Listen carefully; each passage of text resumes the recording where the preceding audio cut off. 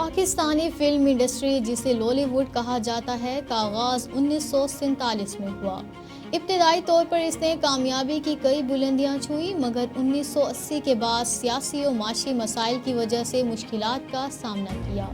2000 کے بعد پاکستانی سینما میں ایک نیا جوش آیا اور فلمیں جیسے خدا کے لیے اور بول نے نہ صرف ملک بلکہ عالمی سطح پر بھی پذیرائی حاصل کی۔